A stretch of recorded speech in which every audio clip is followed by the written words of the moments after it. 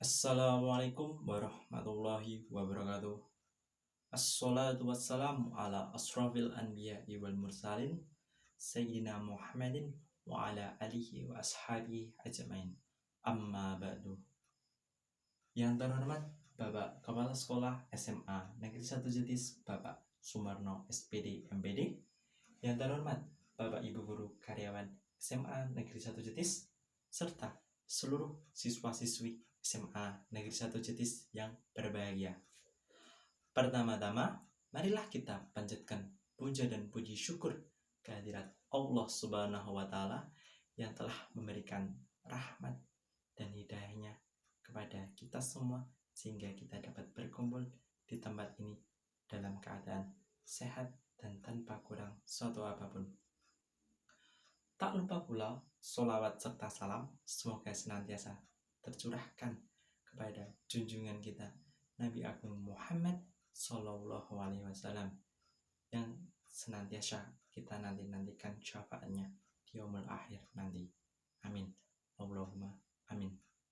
Pada kesempatan di pagi yang cerah ini, izinkan saya, Raffi Hidayat Rizki, akan menyampaikan sebuah topik yang sangat berharga bagi kita semua, bagi masa depan kita semua.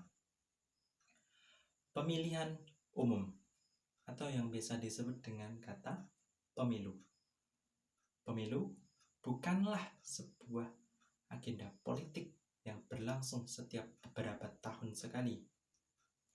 Pemilu merupakan peristiwa bersejarah di mana kita sebagai warga negara memiliki kesempatan untuk ikut serta menentukan arah dan masa depan bangsa ini.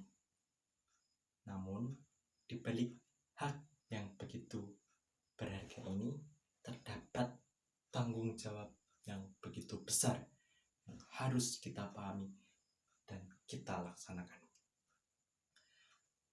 Menjadi pemilih, kita tidak hanya saja diminta untuk memberikan suara saja, tetapi diminta untuk menjadi pemilih yang bijak.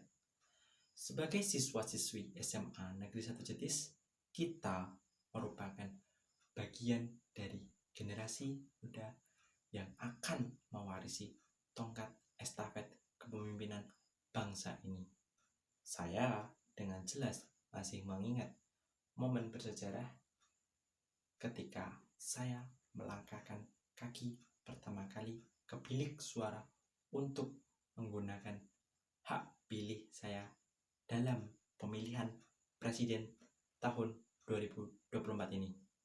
Rasanya begitu mengesankan, namun begitu campur aduk juga karena dapat terlibat secara langsung dalam proses demokrasi di negara ini, bahkan menjadi bagian dari sejarah perjalanan bangsa Indonesia.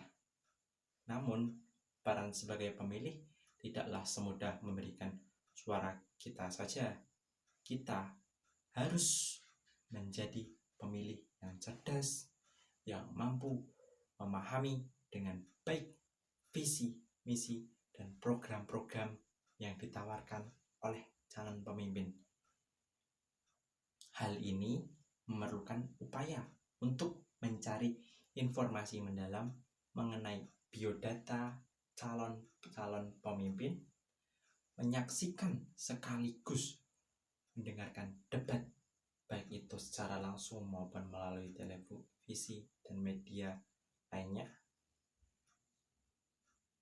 Tak lupa pula kita mengevaluasi rekam jejak mereka. Hanya dengan cara itu kita bisa memastikan bahwa suara kita benar-benar bermakna dan membawa pengaruh positif bagi bangsa ini. Lebih dari sekedar menjadi pemilih cerdas, kita juga harus bisa menjadi pemilih yang memilih pemimpin berdasarkan hati nurani, jujur dan adil, tanpa ada intimidasi apapun, baik itu melalui politik uang, diskriminasi maupun manipulasi lainnya. kita harus mengawal pemilu agar berlangsung secara jujur dan adil serta berintegritas tinggi. Mengapa harus jujur dan adil? Karena jujur dan adil merupakan landasan dan prinsip yang diterapkan di negara kita ini. Marilah kita sebagai generasi muda untuk ikut serta memimpin perubahan yang positif bagi bangsa ini. Marilah kita sebagai generasi muda untuk ikut serta menggunakan hak pilih kita dalam pemilihan umum, baik itu pemilihan presiden, pemilihan anggota dewan, kepala daerah, maupun pemilihan yang di tingkat kecil seperti pemilihan OSIS.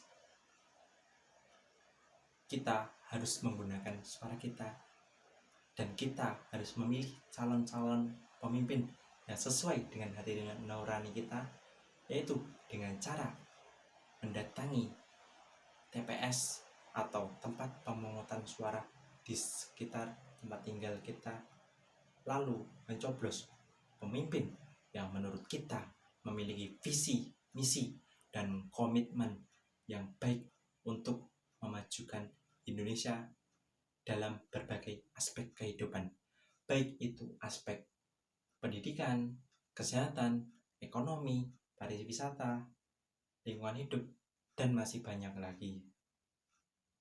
Dan tidak lupa pula untuk kita menghindari golput. Pemuda keren adalah pemuda yang ikut serta menentukan masa depan bangsa dan tidak berdiam diri saja menerima nasib sekarang ini. Melalui pemilu menuju generasi emas 2045.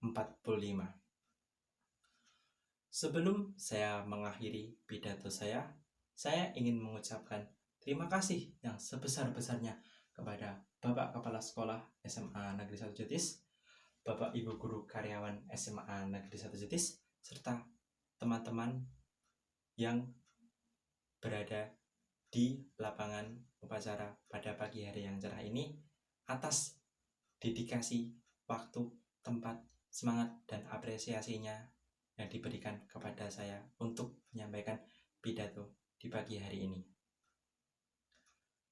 Semoga apa yang saya sampaikan dapat bermanfaat bagi kita semua. Sekian, saya akhiri. Apabila terdapat tutur kata yang kurang berkenan di hati para hadirin sekalian, saya mohon maaf yang sebesar-besarnya. Terima kasih sekali lagi atas waktu dan tempat yang disediakan. Kurang lebihnya mohon maaf. Saya cukupkan, saya akhiri. Wabillahi taufik wal hidayah. Wassalamualaikum warahmatullahi wabarakatuh.